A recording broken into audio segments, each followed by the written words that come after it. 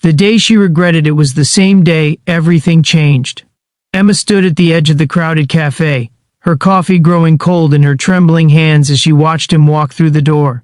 She never imagined that a simple decision to stay 5 minutes longer would alter the course of her entire life. But before I tell you how this chance meeting transformed not just Emma's world, but the lives of everyone around her, I want to thank you for joining me today. If you're enjoying this story, please hit that like button and subscribe to the channel for more content that explores how single moments can change everything. Emma had been planning to leave the cafe early that day. The interview hadn't gone well, and all she wanted was to retreat to her apartment, change into comfortable clothes, and forget about the disappointment that seemed to follow her lately. At 28, she had expected more from her life, a stable career, perhaps a relationship, some sense that she was moving forward rather than treading water.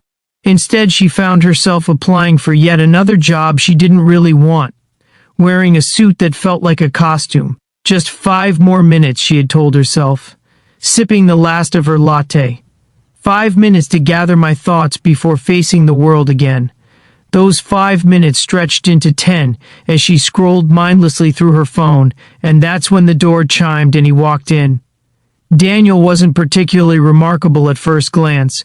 Average height, dark hair slightly tousled from the autumn wind, a worn leather messenger bag slung across his shoulder. What caught Emma's attention was the book tucked under his arm, the same obscure novel she had finished just days ago. She watched as he ordered, noticing how he thanked the barista by name, how his smile seemed genuine rather than perfunctory. When he turned and accidentally bumped into her table, sending her empty cup clattering to the floor, Emma would later tell friends that she felt something shift in the universe. At the time, though, she was simply embarrassed, scrambling to help him pick up the napkins that had fallen. "I'm so sorry," he said, his voice warm with sincerity. "Let me buy you another." "It was empty," Emma replied, surprising herself with a small laugh. "And honestly, it was probably a sign I should stop procrastinating and head home." Daniel glanced at the portfolio on her table. Job hunting? That obvious? The formal attire, the portfolio, and the look of someone who's just been through the 3rd degree. "I've been there." He hesitated, then gestured to the chair across from her. "Mind if I sit? Unless you really were leaving." Emma should have said yes. She was leaving. She had laundry waiting, emails to send, a life of careful routine to maintain. Instead, she found herself saying, "Please, join me." That conversation lasted 3 hours. They discovered a shared love for the same obscure author, similar childhood memories of summers spent at lakes just 20 miles apart, and the same frustration with careers that had veered off expected paths. Daniel was a photographer who had once dreamed of photojournalism but now took corporate headshots to pay the bills. Emma had studied environmental science but worked in administrative roles that left her feeling disconnected from her passion. "Why did you stay?" Daniel asked as the cafe began to close around them. "When I bumped your table, you said you were about to leave." Emma considered the question, aware that her answer mattered in some indefinable way. "I don't know. Something told me to stay." "I'm glad you listened," he said simply. When they finally exchanged numbers, Emma felt a curious mixture of excitement and dread. The excitement was easy to understand. Daniel was interesting, attentive, and undeniably attractive in his thoughtful way. The dread was harder to pinpoint until she was walking home in the gathering darkness. She was afraid of hope. Hope had led to disappointment too many times before. The next morning, Emma woke to a text from Daniel, not asking to meet again, but sharing a photograph he'd taken at dawn. The city skyline emerging from fog, a single beam of sunlight illuminating one building. Reminded me of our conversation about moments of clarity, he'd written. No pressure, no expectations, just a connection maintained. Emma stared at the image for a long time, before responding with a quote from the novel they'd discussed. And so began a correspondence that unfolded slowly, thoughtfully, over the next few weeks. They shared photographs, book recommendations, observations about their days. When they finally met again, at an exhibition of local artists, it felt like continuing a conversation rather than starting something new. What Emma didn't know, couldn't have known, was that Daniel had his own reasons for caution. 6 months earlier, he had received a diagnosis that had reordered his priorities and perspectives. A rare heart condition, not immediately life-threatening, but serious enough to require ongoing treatment and monitoring. He hadn't told Emma, unsure of how to introduce such weighty information into their delicate new connection. As autumn deepened into winter, their relationship grew in small, meaningful increments. Coffee after work became dinner at hidden neighborhood restaurants, which became long walks through the city regardless of weather. Emma found herself sharing thoughts she'd never articulated to anyone else, her fear that she'd somehow missed her chance at a meaningful life, her growing sense that she needed to make a change but didn't know how. Daniel listened in a way that made her feel truly heard, offering insights without judgment. What he didn't share was the way his heart sometimes raced alarmingly when they climbed stairs, or how he scheduled their dates around his medication timetable. The day Emma regretted came 3 months after their first meeting. They had planned a weekend trip to a nearby coastal town, their first overnight journey together. Emma had been looking forward to it all week, packing and repacking her small suitcase, imagining conversations by the ocean. Then her former boss called with an unexpected job offer, a position that aligned with her environmental background, with a conservation nonprofit that needed someone immediately. The catch: they needed her to fly to their headquarters that same weekend for final interviews. Emma called Daniel, expecting him to understand. Instead, he was uncharacteristically quiet. "You should take the interview," he said finally. "It's the opportunity you've been waiting for. We can reschedule our trip," Emma assured him. "Maybe the following weekend?" "Sure," Daniel agreed, but something in his voice had changed. "Good luck with the interview." The call ended awkwardly, leaving Emma unsettled. She told herself she was imagining things, that Daniel was simply disappointed but supportive. She focused on preparing for the interview, pushing aside the nagging feeling that she had somehow made a mistake. The interview went well, better than well. The organization was doing important work protecting wetland habitats, and the role would allow Emma to use her scientific background while developing new skills. They offered her the position before she left, with a request that she start as soon as possible, which would mean relocating to a city 3 hours away. Emma called Daniel from the airport, excited to share her news. The call went to voicemail. She texted him instead, explaining the offer and asking if they could meet to talk when she returned. His response came hours later. "Congratulations. That's wonderful news." Just that. No mention of meeting, no personal warmth. Emma felt a chill that had nothing to do with the December air as she made her way home from the airport. Something had shifted, and she didn't understand why. When she finally reached Daniel the next day, he suggested meeting at the café where they'd first encountered each other. The symmetry wasn't lost on Emma as she pushed through the door, scanning the room for his familiar figure. He sat at a corner table, 2 cups already waiting. Emma noticed immediately that he looked tired, shadows under his eyes that hadn't been there before. "Are you okay?" she asked, sliding into the seat across from him. "I'm fine," he said, pushing her coffee toward her. "Just haven't been sleeping well. Tell me about the job." Emma described the position, the organization, the people she'd met. Daniel listened attentively, asking thoughtful questions, seeming genuinely pleased for her. Yet something remained off, a distance that hadn't been there before. "The thing is," Emma finally said, "I'd have to move. Not far, but—" "You should take it," Daniel interrupted. "It's perfect for you." "But what about us?" The question hung between them, heavier than Emma had intended. Daniel looked down at his hands. "Emma, I think you should focus on this opportunity. We've only known each other a few months. Is this because I canceled our trip? Because I'm sorry about that, but this interview was important. It's not about the trip." Daniel took a deep breath. "The truth is, I haven't been entirely honest with you." And then he told her about his condition, about the medications and monitoring, about the uncertainty that colored his future. "The doctors are optimistic," he finished, "but there are no guarantees. I didn't want to burden you with this, especially now when you have this amazing opportunity." Emma sat in stunned silence, processing his words. Not just the medical information, but the implication behind it. So you're ending this because you think you're protecting me? I'm being realistic, Daniel said gently. You're at a turning point in your life. You don't need complications.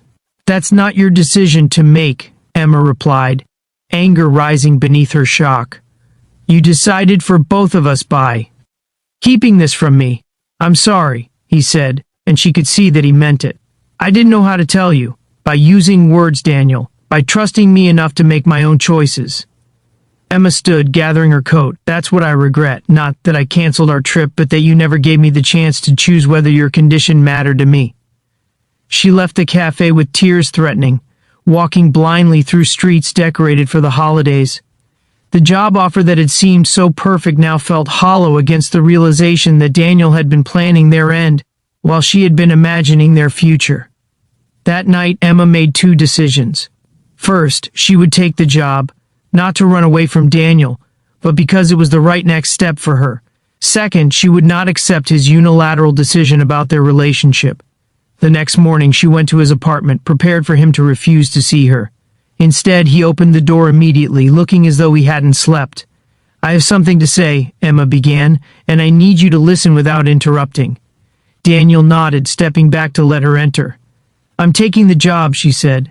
I start in 3 weeks, and I'm angry with you, not for having a health condition, but for deciding that I couldn't handle it, for making assumptions about what I want or need.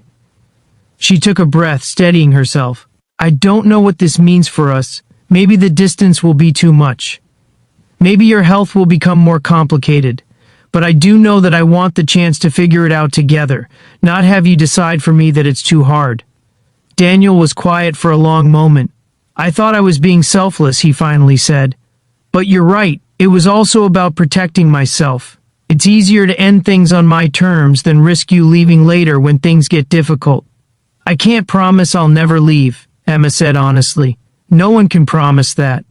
But I can promise that I won't leave because things get hard. That's not who I am.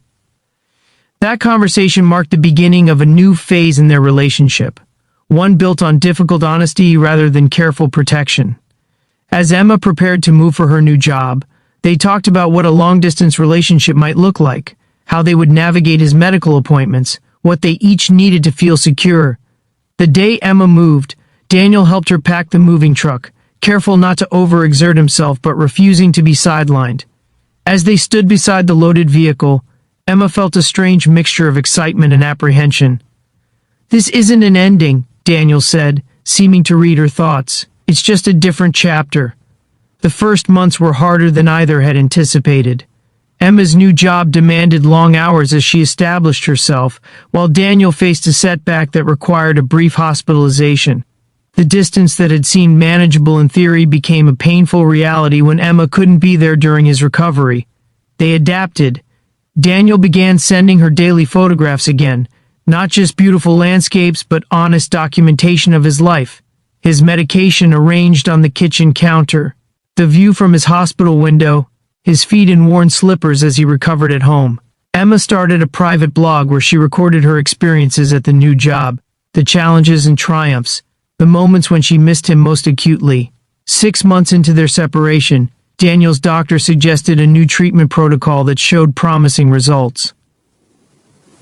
Around the same time, Emma's organization opened a satellite office in their original city, creating an opportunity for her to transfer back while maintaining her role. It feels too convenient, Emma said when they discussed the possibility of her return. Like everything's working out too neatly. Maybe, Daniel agreed, or maybe this is what happens when you don't give up at the first obstacle. Emma moved back 10 months after she had left, returning to a city that felt both familiar and new. She and Daniel didn't rush to live together, instead taking time to re-establish their in-person relationship, to learn the rhythms of each other's daily lives again. What neither expected was how their story would begin to affect others. It started small, friends commenting on their resilience, asking for advice about their own relationship challenges. Then Daniel, who had begun documenting their journey through his photography, was invited to exhibit his work at a local gallery. The exhibition, titled Distance and Proximity, featured paired images, moments from their time apart alongside parallel moments from their reunion. A photograph of Emma's empty chair at his hospital bedside next to one of hers sitting in that same chair months later. His medication laid out beside her morning coffee, separated in one image, together in another. The exhibition drew unexpected attention, not just for the technical quality of the photographs, but for the story they told. A local newspaper ran a feature, then a national magazine picked it up. Suddenly, Emma and Daniel found themselves being asked to share their experience, how they had navigated illness, distance, and the temptation to give up when things became difficult. "We're not experts," Emma protested when a publisher approached them about a potential book. "We're just two people figuring it out as we go." "That's exactly why people respond to your story," the publisher explained. "It's not about having all the answers. It's about asking the right questions and being willing to face the answers together." 3 years after their first meeting in the cafe, Emma and Daniel stood in that same space, now transformed for their engagement party. Friends and family gathered around them, along with people who had been touched by their story, readers of their newly published book, followers of Daniel's photography, individuals facing their own health challenges or relationship crossroads. "If you had told me that day that spilling your empty coffee cup would lead to all this," Daniel said quietly as they watched the celebration, "I would never have believed it." "I still don't quite believe it," Emma admitted. "Sometimes I think about how close I came to leaving the cafe before you arrived, or how easily we could have given up when things got complicated." "What made you stay those extra 5 minutes?" Daniel asked, revisiting the question he had asked years earlier. Emma considered, just as she had then. "I think part of me knew something important was about to happen. Not you specifically, but a moment that mattered. And now look at us," Daniel said, gesturing to the room full of people whose lives had somehow become intertwined with theirs. A single encounter turned into a story everyone talks about. As they moved through the party, accepting congratulations and sharing moments with guests, Emma reflected on the day she had once regretted, the canceled trip, the painful conversation that followed. What had seemed like an ending had actually been a beginning, the moment when they stopped protecting each other and started truly seeing one another instead. Later that night, after the guests had departed and they walked home through quiet streets, Emma asked, "Do you ever wonder what would have happened if we had made different choices? If I hadn't taken that job, or if you hadn't told me about your condition?" "Sometimes," Daniel admitted, "but I think we would have found our way here eventually, maybe by a different path, but here, how can you be so sure?" Daniel stopped walking, turning to face her under the glow of a street lamp. "Because some connections are meant to be challenged, they get stronger through the testing." Emma thought about the book they had written together, about the messages they received from readers, who found courage in their story. "I used to think that meaningful lives were built on grand gestures and dramatic moments," she said. "Now I think they're built on small decisions, staying 5 more minutes, telling difficult truths, choosing to work through problems instead of avoiding them. And choosing each other," Daniel added, "not just once, but every day."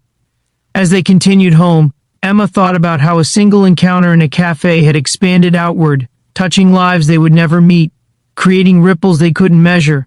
Their story wasn't remarkable because it was perfect, or because they had all the answers. It was remarkable because it was real, complicated, challenging, and ultimately hopeful. And if you stayed with me through this journey of Emma and Daniel, I want to thank you for being part of their story too. Every time we witness others navigate life's complexities with courage and honesty, we gain something valuable for our own paths.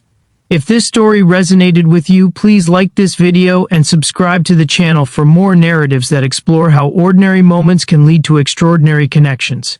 Remember that your own single encounters might be the beginning of stories everyone will someday talk about.